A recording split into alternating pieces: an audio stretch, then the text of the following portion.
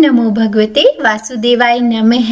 आज का दिन आप सभी के लिए मंगलमय हो। सावन मास के शुक्ल पक्ष की एकादशी को पुत्रदा एकादशी के नाम से जाना जाता है और जैसा कि इसके नाम से ही स्पष्ट है कि इस एकादशी का व्रत रखने से संतान के कष्ट दूर हो जाते हैं और पुत्र की प्राप्ति होती है। और आज के इस वीडियो में आप रसपान करेंगे इसी पुत्रदा एकादशी व्रत कथा का। देखिए, यह व्रत कथा शुरू करने से पहले मैं आपको बता दूं कि इस एकादशी का जो भी भक्त व्रत करेंगे उन्हें इस दिन सिंघाड़े का सहगार जरूर करना है, क्योंकि हर एकादशी का अपना विशेष सहगार होता है जिसे हमारे शास्त्रों में खाना जरूरी माना गया है। और अब चलिए शुरू करते हैं आज की यह पवित्र और दिव्य पुत्रदा एकादशी व्रत कथा। तो बोलिए विष्णु भगवान की जय। एकादशियों के महात्म्य का आनंद लेते हुए धनुर्धर अर्जुन ने कहा कि हे प्रभु, ये कल्याणकारी और महापुण्यदायी कथाएं सुनकर मेरे आनंद की सीमा ही नहीं है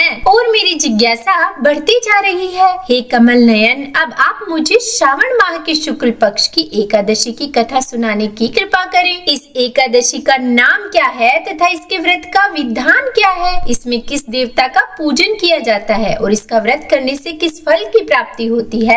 तब श्री कृष्ण ने कहा, हे धनुर्धर, श्रावण माह के शुक्ल पक्ष की एकादशी की कथा के श्रवण मात्र से ही अनंत यज्ञ का फल प्राप्त होता है। हे पार्थ, द्वापर युग के प्रारंभ में ही महिष्मती नाम की एक नगरी थी। उस नगरी में महाजीत नाम का एक राजा राज्य करता था। वह पुत्रहीन था, इसीलिए वह सदा दुखी रहता था। उसे वह राज्य सुख और वैभव सभी कुछ बड़ा ही कष्टदायक प्रतीत होता था, क्योंकि पुत्र के बिना मनुष्य को इहलोक और परलोक दोनों में सुख नहीं मिलता। राजा ने पुत्र प्राप्ति के बहुत उपाय किए, किंतु उसका हर उपाय निष्फल रहा। जैसे जैसे राजा महाजीत वृद्धावस्था की ओर बढ़ता जा रहा था, वैसे वैसे उसकी चिंता भी बढ़ती जा रही थी। एक दिन राजा ने अपनी सभा को संबोधित करके कहा, न तो मैंने अपने जीवन में कोई पाप किया है और न ही अन्याय पूर्वक प्रजा से धन एकत्रित किया है, न ही कभी प्रजा को कष्ट दिया है और न कभी देवता और ब्राह्मणों का निरादर किया है। मैंने प्रजा का सदैव अपने पुत्र की तरह पालन किया है,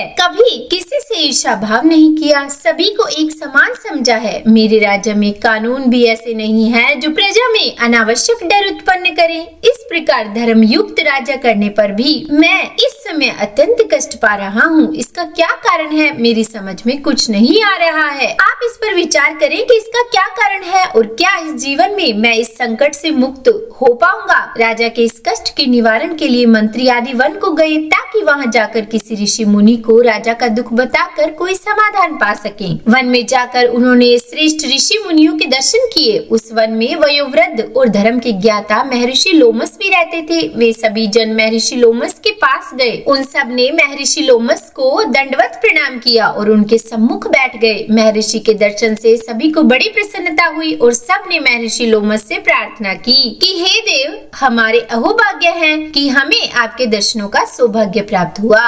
मंत्री की बात सुन लोमस ऋषि ने कहा, हे मंत्रीवर, आप लोगों की विनम्रता से मैं अति प्रसन्न हूँ। आप मुझसे अपने आने का प्रयोजन कहें। मैं आपके कार्य को अपने सामर्थ्य के अनुसार अवश्य ही करूँगा, क्योंकि हमारा शरीर ही परोपकार के लिए बना है। तब लोमस ऋषि के ऐसे मृदु वचन सुनकर मंत्री ने कहा, हे ऋषिवर, आप हमारी सभी बातों को जानने में ब्रह्मा से भी ज्यादा समर्थ है, अतः आप हमारे संदेह को दूर कीजिए। महिष्मती नामक नगरी के हमारे महाराज महाजीत बड़े ही धर्मात्मा और प्रजावत्सल है। वह प्रजा का पुत्र की तरह धर्मानुसार पालन करते हैं, किंतु फिर भी वे पुत्रहीन है। हे महामुनि, इससे वह अत्यंत दुखी रहते हैं। हम लोग उनकी प्रजा हैं, हम भी उनके दुख से दुखी हो रहे हैं, क्योंकि प्रजा का यह कर्तव्य है कि राजा के सुख में सुख माने और दुख में दुख माने। हमें उनके पुत्रहीन होने का अभी तक कारण ज्ञात नहीं हुआ है, इसीलिए हम आपके पास आए हैं। अब आपके दर्शन करके हमको पूर्ण विश्वास है कि हमारा दुख अवश्य ही दूर हो जाएगा, क्योंकि महान पुरुषों के दर्शन मात्र से ही प्रत्येक कार्य की सिद्धि हो जाती है। अतः आप हमें बताने की कृपा करें कि किस विधान से हमारे महाराज पुत्रवान हो सकते हैं। हे ऋषिवर, यह आपका हम पर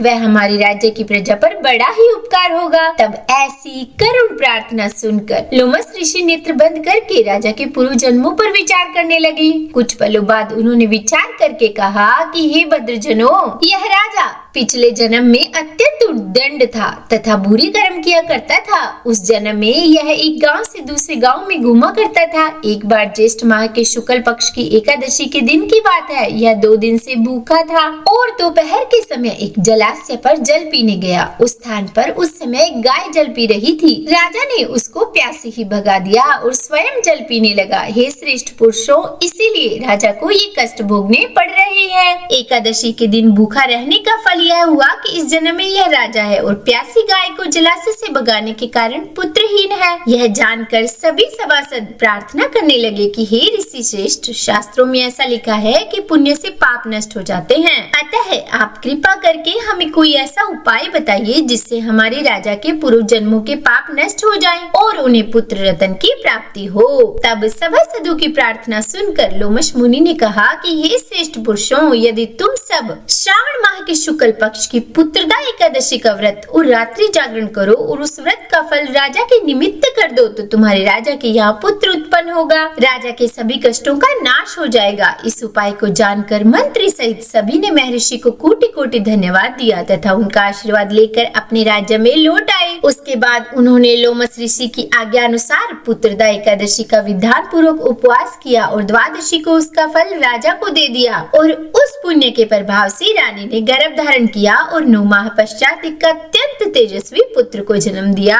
हे पांडु पुत्र, इसीलिए इस एकादशी का नाम पुत्रदा पड़ा। पुत्र की इच्छा रखने वाले मनुष्य को विधान पूर्वक श्रावण माह के शुक्ल पक्ष की एकादशी का व्रत करना चाहिए। इस व्रत के प्रभाव से इहलोक में सुख और परलोक में स्वर्ग की प्राप्ति होती है। तो बोलिए विष्णु भगवान की जय। हे विष्णु भगवान, अगर आज की यह कथा कहने, सुनने या सुनाने में हमसे कोई गलती हो गई हो तो हमें क्षमा करना। उम्मीद करती हूँ आज की यह कथा आपको पसंद आई होगी। अगर अच्छी लगी हो वीडियो तो लाइक एंड शेयर कीजिएगा। चैनल पर नए हैं, सब्सक्राइब नहीं किया है तो सब्सक्राइब भी कर ही दीजिएगा और कमेंट बॉक्स में राधे राधे जरूर लिखिएगा। तो बोलिए राधे राधे।